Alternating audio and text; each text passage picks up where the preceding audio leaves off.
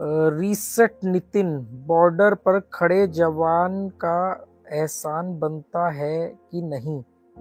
अपने पुलिस के लिए बोला था, ईमानदारी एहसान नहीं ड्यूटी है उनकी।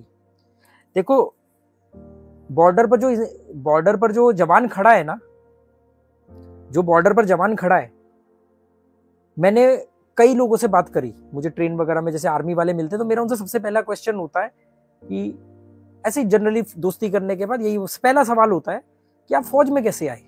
फौज में या जो पैरामिलिट्री फोर्सेस है, CISF और ये जो दूसरी फोर्सेस होती है, कि जब भी मेरे को मिलते हैं तो मैं पूछता हूँ कि आप कैसे आए? सबका आज तक जो मुझे मिले, मैं ये नहीं कह रहा कि 100% सबकी राय यही है, पर मुझे जितने भी लोग हैं सबने बड़ी ईमानदारी से एक ही बात बताई कि यार वो हमारे खानदान में सब गवर्नमेंट जॉब में है, इसलिए हमें भी जाना था। एक ने बोला कि मैंने पुलिस में अप्लाई किया था, मेरे भाई का सिलेक्शन हो गया, मेरा नहीं हुआ, तो फिर वो आर्मी की भर्ती निकली थी, मैं वहां चले गया। मतलब आज भी गांव में जो आर्मी में या पैरामिलिट्री फोर्सेस में जाने के लिए तैयारी करते हैं बच्चे, उनका सिर्फ और सिर्फ मोटिव जो होता है वो गवर्नमेंट जॉब होता है। ये क्लियर बात है, एक सिक्योर जॉब होती है। हरियाणा के सबसे ज्यादा लोग फौज में है, यूपी के बहुत सारे लोग फौज में है। इनसे पूछो, आप कभी बात करो।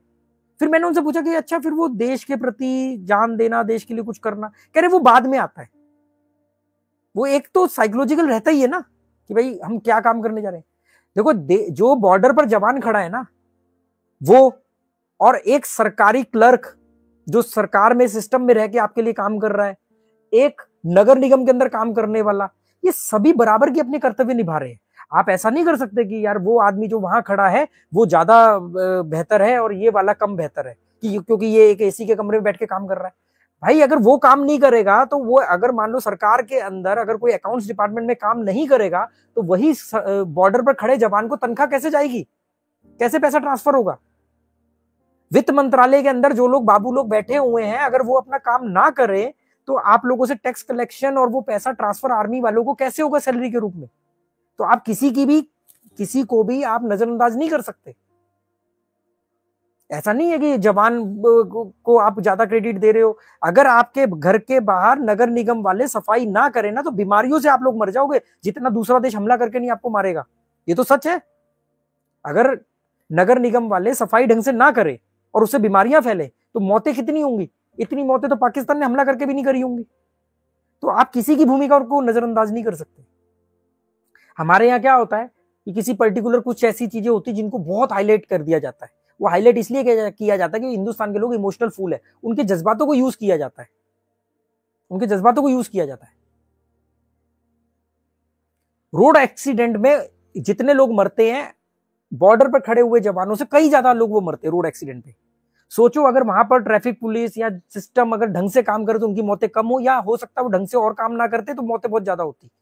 ऐसा थोड़ी कह सकते, हम सिस्टम पे बैठे हुए हैं, हमारी रोज थोड़ी लड़ाई चल रही है। हम ना तो गाजा पट्टी है, ना हम इजराइल है। ऐसा होता तो इस समय यहाँ पर पीछे मेरे AK-47 रखी होती, वहां पे इजराइल की तरह हर आदमी को बंदूक चलाने की ट्रेनिंग दी जाती।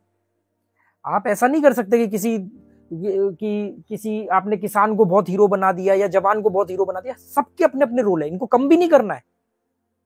सबके अपने अपने रोल है।